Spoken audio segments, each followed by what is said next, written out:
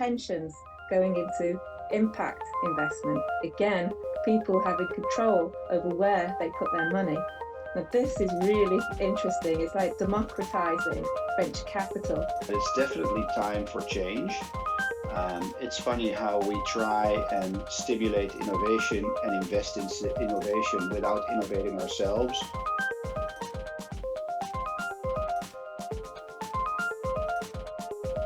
I just wanted to kind of get your impressions if you've experienced anything that stood out for you in the news this week. It can be, tech related, investment, venture capital related. And I would just love to have a conversation about things that kind of excited you. Anything stood out in the venture capital world or tech world? This is particularly for venture capital, but I'll try and put it in the context of what it means to the general public. So there were two things, and both are about where money is coming from going into VC.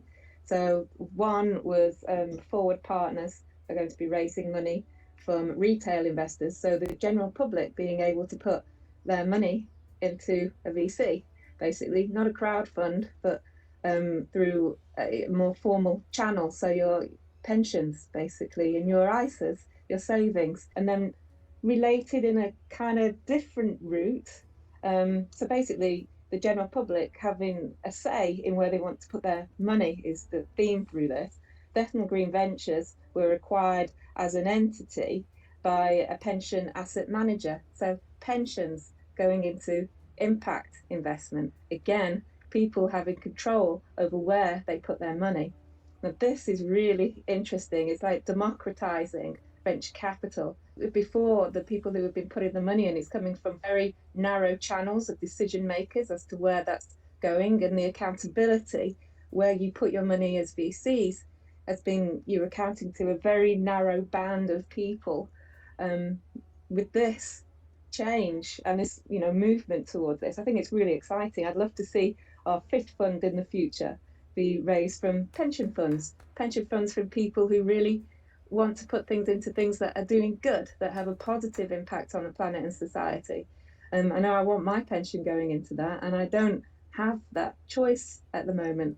So although it's risky, VC and the returns, I think we should have a say. I think there should be that option, and it's not there at the moment. Yeah, let's talk about this. So the democratizing of venture capital. First of all, it seems like there's a lot of venture capital out there. There's a lot of venture capital available. What do you think this means for folks who want to start their own funds, and and for kind of successful VCs who want to kind of go off on their own? Ooh, I don't know how much it applies for those for new emerging managers. I think at the moment you'd need the track record to go to any of these.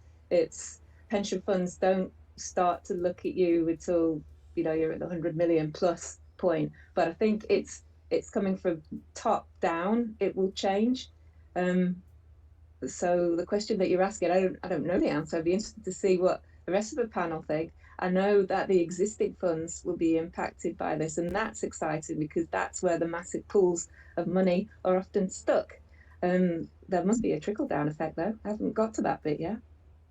I think venture capital is ready for some disruption. It's a model that has existed for the past, 20, 30 years without much change. A lot of people have tried. I certainly have thought a lot about how to make our fund more open, more directive, more democratized, but we're pretty stuck in our way, and it's for a good reason. The model works quite well today, but it's definitely time for change. It's funny how we try and stimulate innovation and invest in innovation without innovating ourselves. Maybe going more towards distributed finance, coin-based, investing in your fund, but it remains, because of our return curve, a very difficult model to deviate from, because in the first few years you will have a negative IRR. Of course, we can pimp this with all kind of valuation tricks, but in the end, the first few years we have a negative IRR before we go positive, and that makes it very difficult to change things and change the model, I believe. But yes, we should change.